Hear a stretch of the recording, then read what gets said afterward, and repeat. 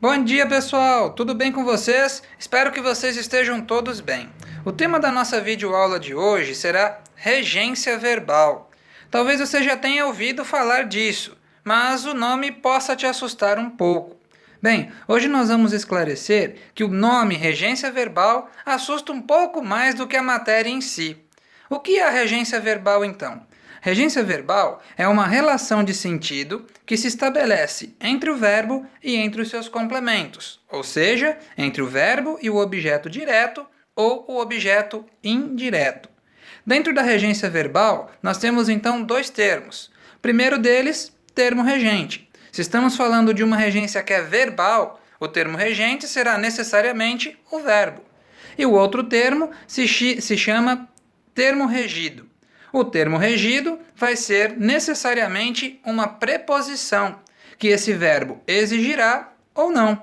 É importante entender, galera, que no nosso dia a dia, classicamente nós já sabemos utilizar a regência verbal. Por exemplo, pense nessa seguinte expressão: Fábio gosta de sorvete. Nós sabemos que quem gosta, gosta de. Então a regência do verbo gostar exige necessariamente o termo regido, que é a preposição de. O grande problema aqui se estabelece porque nós temos alguns verbos em língua portuguesa que vão ter mais de um significado. E, diferentemente de outros que têm um significado só, eles podem aceitar o uso de mais de uma preposição ou mesmo o mesmo verbo aceitar preposição em um caso e em outro caso não aceitar. É a respeito desses verbos especiais que nós falaremos agora. Por exemplo, o verbo assistir. O verbo assistir pode significar ver, como você assistir à televisão, ou o verbo assistir pode significar dar assistência ou ajudar. Quando o verbo assistir está no sentido de ver alguma coisa, ele é um verbo transitivo indireto e ele exige necessariamente a preposição a. O problema é que no nosso dia a dia nós não costumamos utilizá-lo assim. Por exemplo, nós dizemos: eu assisti o filme, eu vi o jogo, mas não é assim. Nós devemos dizer, de acordo com a regência verbal, eu assisti ao filme, eu assisti ao jogo, correto? Agora, quando ele é utilizado no sentido de dar assistência, ele é um verbo transitivo direto, ou seja, ele não exige preposição.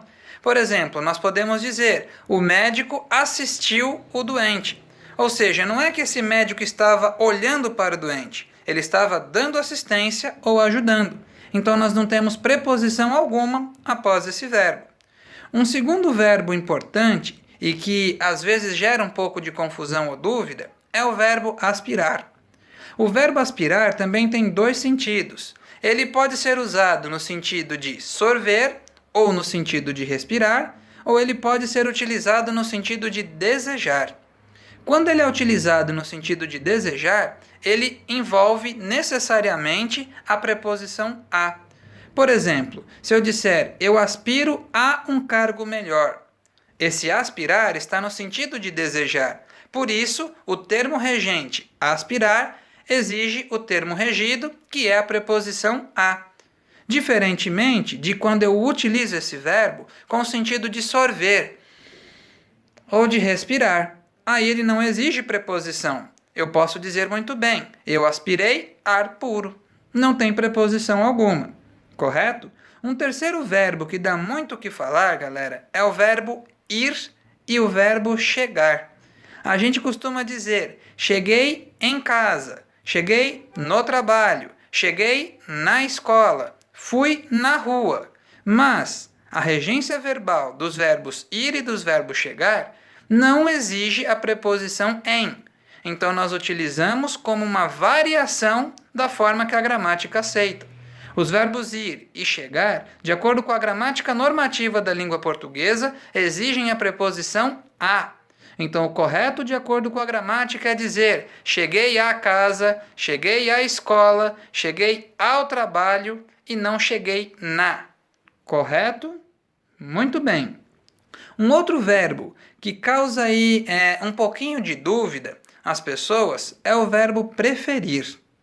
Bom, nós costumamos dizer: eu prefiro isso do que isso. Mas a regência verbal do verbo preferir vai dizer para nós que ele é um verbo transitivo indireto. E a preposição utilizada por ele, ou seja, o termo regido que ele exige, não é a preposição de, e é a preposição a. Então, o modo correto, segundo a gramática normativa de utilizarmos, é eu prefiro sorvete à academia, e não do que. Correto? Vamos tentar nos lembrar disso. Outro verbo que nós utilizamos, muitas vezes como uma variação do português padrão da gramática, é o verbo namorar. Nós dizemos, eu namoro com fulana, ou eu namoro com cicrano. Mas o verbo namorar, de acordo com a gramática normativa do português, não exige preposição. Ele é um verbo transitivo direto. Então o certo é dizer, eu namoro fulano, ou eu namoro fulana, e não utilizá-lo com a preposição com. Certo? Nós temos também o verbo visar, galera, que tem pelo menos 3 sentidos básicos. O verbo visar pode ser no sentido de ver, pode ser no sentido de desejar, ou pode ser no sentido de mirar. Quando ele está no sentido de ver, ou no sentido de mirar, ele não exige preposição. Ou seja, ele é um verbo transitivo direto. Então eu posso dizer, eu visei o documento, no sentido de ver o documento.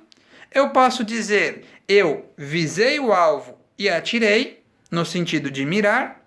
Ou eu posso dizer, eu viso a uma vida mais confortável.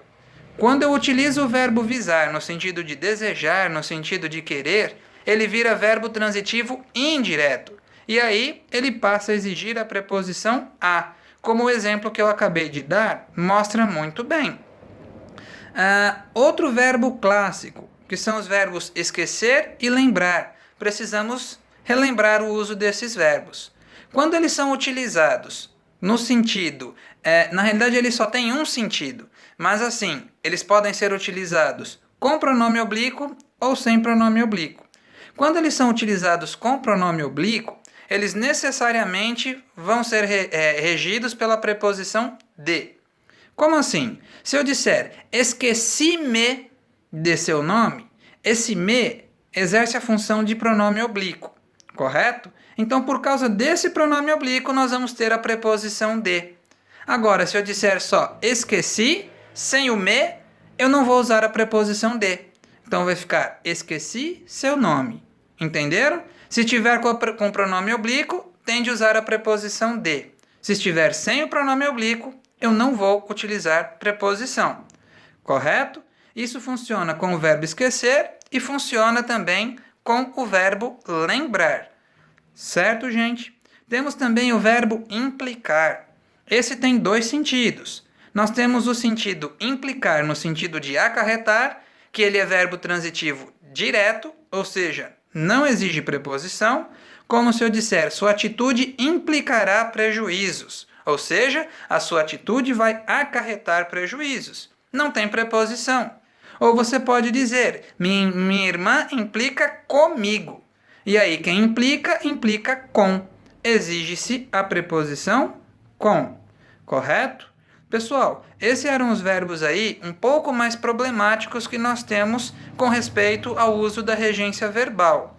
Certo? Nós faremos algumas atividades com relação a esse conteúdo que serão disponibilizadas tanto no Agenda Edu como na plataforma UNOI. Eu agradeço a atenção de vocês e até a nossa próxima aula.